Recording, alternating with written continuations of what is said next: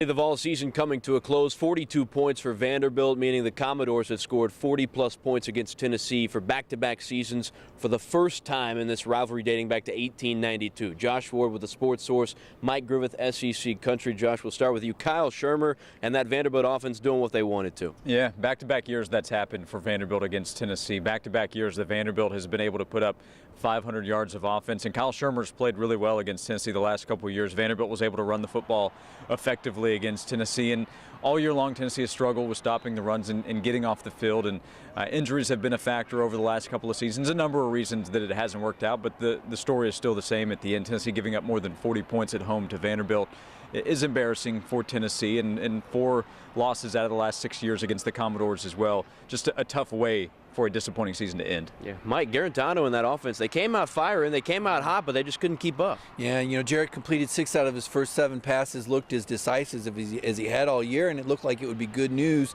with Tennessee scoring on their opening 2 drives. Really impressed with Jarrett Garantano, but then things kind of fell apart. Vanderbilt changed some things up. Jarrett started holding the ball, and 6 straight drives without a touchdown against a defense that gave up more points in the SEC than any program in history ever had at Vanderbilt, and Tennessee wasn't able to score with Vanderbilt, and that was the story tonight. Vanderbilt was moving the ball, and Tennessee kind of stalled out. Commodores pulled away in the 4th quarter, Marshall. Yeah, I think this fan base ready for this season to just be in the rear view and move on, so that's what we'll do. We'll focus on the future. Garantano, Trey Smith, both coming out on the podium after the game, and they both just want to talk about the future. They said the culture is going to change. Yeah, then I think that goes to leadership, and Jarrett Garantano and Trey Smith talking about how they need to step up, and Trey said he needs to be more vocal and plans to, and other guys do as well. And we've seen Jarrett be emotional. He probably was tonight as well, but Tennessee does need things to change, and the next coach will also be responsible for helping make that happen. I talked to both of you two after, a day after Butch Jones was fired. We had Dan Mullen, a pick for you, Josh.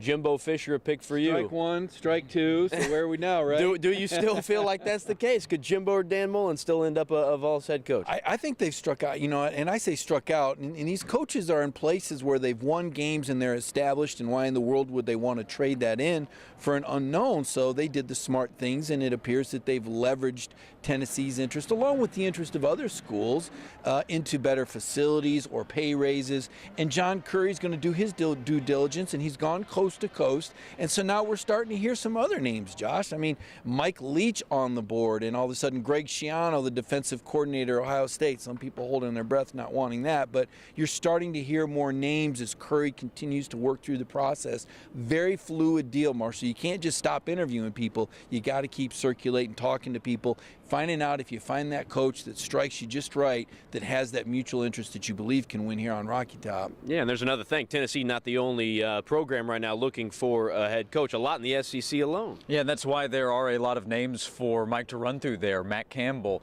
added to the list. Scott Frost added to the list. And there's maybe a musical chairs aspect to it as well, with Florida still looking for a coach when Chip Kelly decides to go to UCLA. Nebraska making a move already. Arkansas making a move very quickly as Brett Bielema is literally leaving the field to go to his post-game press conference. They make a change as well. So movement by the coaches and the choices they make will have some kind of impact on where Tennessee goes as well. All right, the end of the regular season has arrived. That means John Curry is on the clock to name the next face of the Tennessee football program.